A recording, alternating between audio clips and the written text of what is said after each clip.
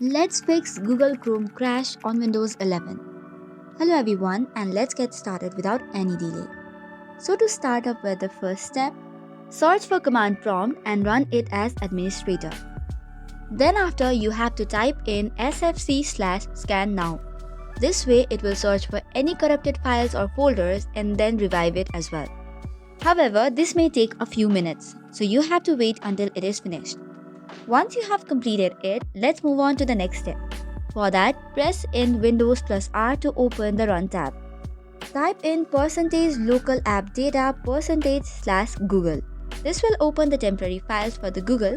You just have to select all and delete it permanently. So once this is done, let's move on to the next step. So for that, you have to open your task manager. Search for Chrome and then restart it again. This way, your problem should be fixed. So that's all for today's video. For more such contents, do not forget to hit the like and subscribe button.